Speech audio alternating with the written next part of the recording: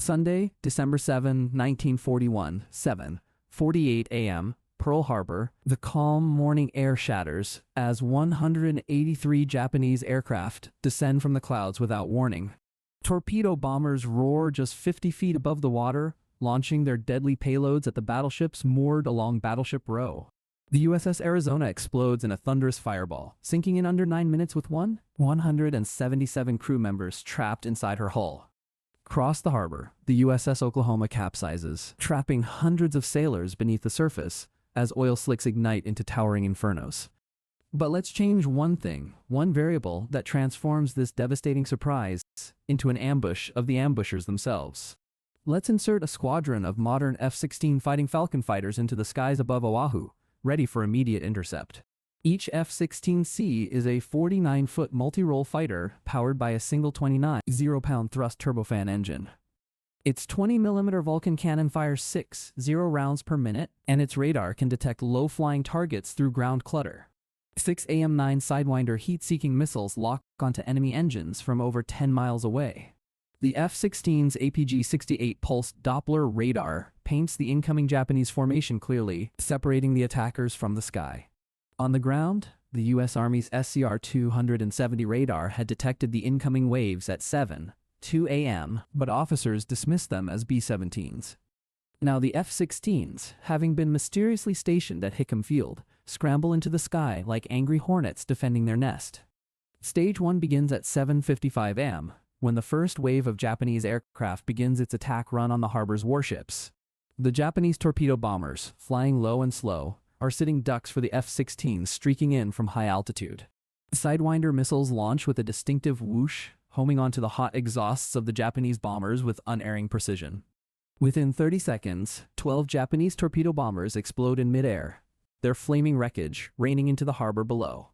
The Japanese pilots, trained for surprise but not resistance, scatter in confusion as their formation is shattered. American gunners on the ships below cheer as they see enemy planes falling from the sky in smoke and flames. The cost to the F-16s is 12 missiles expended, with 6 of the 8 remaining F-16s carrying full loads for the next wave. Stage 2 escalates at 8:45 a.m. when the second wave of 170 Japanese aircraft arrives expecting weakened resistance. The dive bombers plunge toward Hickam Field, where they had expected to find packed rows of defenseless American planes. Instead, they find the F-16s climbing aggressively, their 20mm cannons already blazing with deadly accuracy. The Vulcan cannon fires a 3-second burst, shredding 3 dive bombers in a single devastating pass. Zero fighters, escorting the bombers, turn to engage the F-16s but find themselves outmatched by the modern aircraft's thrust vectoring. The F-16s, accelerating to Mach 1.6, leave the Japanese fighters in their wake while their radar-guided missiles find new targets. 24 Japanese aircraft are destroyed in the second wave, their pilots unable to complete their attack runs on the harbor. The cumulative cost is now 50 cannon shells and 16 missiles expended, with the squadron low on ammunition. Stage 3 arrives at 9:00 a.m. as Japanese dive bombers target the USS Pennsylvania in dry dock. The F-16s, now at only 40% of their missile load, must conserve ordnance while still protecting the fleet. Their cannons become the primary weapon, the high explosive rounds tearing through the thin aluminum of the Japanese Val dive bombers. 3 more Japanese aircraft fall to the F-16's cannons as they weave through the enemy formations with superior agility. The Zero fighters, now desperate, attempt to sacrifice themselves by ramming the American jets in a last-ditch effort. The F-16s easily evade the suicidal charges, their superior speed and maneuverability making them virtually untouchable. The cumulative cost is now 60 cannon shells and 19 missiles, with 4 F-16s now completely out of missiles. Stage 4 begins at 9:30 a.m. as the surviving Japanese aircraft regroup for a final assault on the harbor's facilities. The Japanese pilots know their mission is failing, but they press forward with the desperation of warriors facing defeat. The F-16s, their missile racks now empty, engage the enemy with only their Vulcan cannons and pure aggressive flying. 8 more Japanese aircraft are shot down, their wreckage crashing into the waters of the harbor and surrounding hills. The remaining Japanese aircraft break formation and flee eastward, their attack completely shattered by the American jets. The cumulative cost is devastating. The F-16s have used 80 cannon shells, all 19 missiles, and 30% of their fuel. Stage 5 arrives at 10:00 a.m. as the last Japanese planes disappear over the horizon, their mission a total failure. The harbor is not destroyed, the battleships are not sunk, and the Pacific Fleet remains largely intact and operational. The USS Arizona still floats, her crew alive, her ammunition magazines untouched by enemy bombs or torpedoes. The USS Oklahoma is upright, her sailors safe, her hull unbreached by the torpedoes that never reached their targets. The American gunners on the ships cheer wildly as they realize the attack has been repelled with minimal losses. The death toll is a fraction of what it would have been, with only 68 American lives lost instead of 403. The Japanese have lost 59 aircraft, their elite pilots dead or captured, their carrier air wings decimated. The F-16s circle the harbor one final time before landing at Hickam Field, their engines gleaming in the morning sun. The pilots climb from their cockpits, exhausted but triumphant, having changed the course of history with their actions. But the presence of the F-16s has already rippled through time, creating consequences no one could have predicted. The attack on Pearl Harbor was supposed to unite America and bring the nation into the war against the Axis powers. Now, with the attack repelled, the American public feels a sense of security that is dangerously misplaced. President Roosevelt calls the attack an act of aggression, but the nation's outrage is muted by the lack of devastation. Congress declares war on Japan, but the passion of a wounded nation is replaced by a calculated decision. The F-16s are a mystery that the military cannot explain, their origin unknown to the scientists and generals studying them. The Japanese intelligence analysts pore over reports of the superfighters, their thoughts filled with confusion and dread. The Japanese admirals, having lost their best pilots, now reconsider their entire Pacific strategy in the face of this new weapon. The war in the Pacific will still be fought, but without the emotional fuel of Pearl Harbor's destruction, the American resolve is different. The F-16s, now grounded, are examined by the best American engineers who cannot replicate their technology. The jets are a gift from the future, but their presence creates a paradox that threatens the very fabric of history. What if the F-16's intervention, while saving lives, has inadvertently prolonged the war by removing its unifying tragedy? Without the burning battleships and the photographs of the Arizona's final moments, the American public is less motivated to fight. The war effort slows, the manufacturing plants produce fewer planes and ships, and the war drags on for years longer. The Japanese, shaken but not broken, regroup and strike again, this time with more caution and better planning. The F-16s, their fuel and ammunition exhausted, cannot be used again because the technology is centuries beyond 1941. The American military must rely on the weapons of the era, the same weapons that would have fought the war anyway. The F-16's only legacy is a mystery that haunts the scientists, and a cautionary tale about the cost of intervention. The pilots of the F-16s are debriefed for years, but they cannot reveal their true origin without destroying the timeline. They are heroes without a history, saviors without a story that anyone can believe or verify. The war in the Pacific continues for 5 more years, with American casualties far exceeding the 403 lost at Pearl Harbor.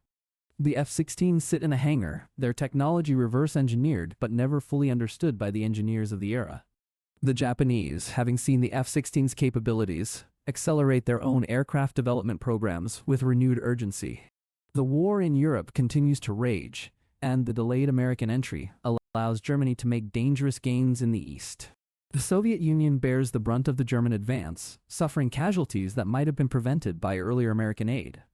The atomic bomb project is delayed because the Manhattan Project's funding is diverted to conventional weapons production. The war finally ends in 1947, but the cost is staggering. Millions more dead across Europe and Asia. The F-16's intervention saved the ships at Pearl Harbor, but it also saved the arrogance that would lead to future disasters. The lessons of Pearl Harbor, the need for vigilance and preparation, are softened by the lack of devastating losses. The Japanese are defeated, but the peace is fragile, and the Cold War begins with a much weaker American presence. The F-16s, now obsolete relics in a timeline they were not meant to exist in, are eventually scrapped for their materials. The pilots return to their own time, their mission complete, but their consciences troubled by the weight of their success. They saved 335 lives on that December morning, but they may have condemned tens of thousands more in the years to follow. The moral arithmetic is impossible, a question of whether a single day of victory is worth years of prolonged suffering. What if the greatest value of Pearl Harbor was not in preventing it, but in the lessons it taught the American people? The attack on Pearl Harbor was a tragedy, but it was also a teacher, and its lessons were written in the blood of the lost. By preventing the tragedy, the F-16s erased the lessons, replacing them with a false sense of security and confidence. The American people would never fully understand the cost of complacency, and they would repeat the same mistakes again. The warning that the world had changed forever, that the oceans were no longer a barrier to attack, was never fully learned. Without that warning, the United States would continue to underestimate its enemies until another attack came. And when that attack came, the cost would be even greater, the lessons even harder to learn. The F-16s had not prevented disaster, they had merely postponed it and amplified its eventual price. The Pearl Harbor survivors lived, but their survival came at the cost of the vigilance that their deaths would have inspired. The sailors who would have become heroes, the Medal of Honor recipients, now live ordinary lives instead of legends. The F-16's success was hollow, a triumph without meaning, a victory without the lesson that tragedy provides. The pilots returned to their own time, the memory of Pearl Harbor fading behind them like a distant dream. They have saved the ships, but they have lost the warning, and the future will pay the price for their success. What if the true heroism is not in preventing a tragedy, but in allowing a lesson to be learned? The question haunts them, a shadow over their victory, a ghost that will follow them to their graves. The F-16s were the ultimate weapons of their era, but they were powerless against the currents of history itself. The past is a river, and no weapon can alter its flow without creating devastating consequences downstream. The F-16s were a stone thrown into that river, and the ripples they created would be felt for generations to come. They saved the ships at Pearl Harbor, but they also altered the course of the 20th century in unforeseeable ways. The Cold War was colder, the peace was more fragile, and the world was less secure because of their intervention. What if the greatest tragedy was not the sinking of the battleships but the loss of the lesson they provided?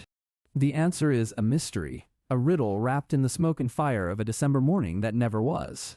The pilots of the F-16s are left to ponder that question for the rest of their lives, their success a burden they cannot escape. They saved lives, but they also saved the complacency that would lead to even greater losses in the future.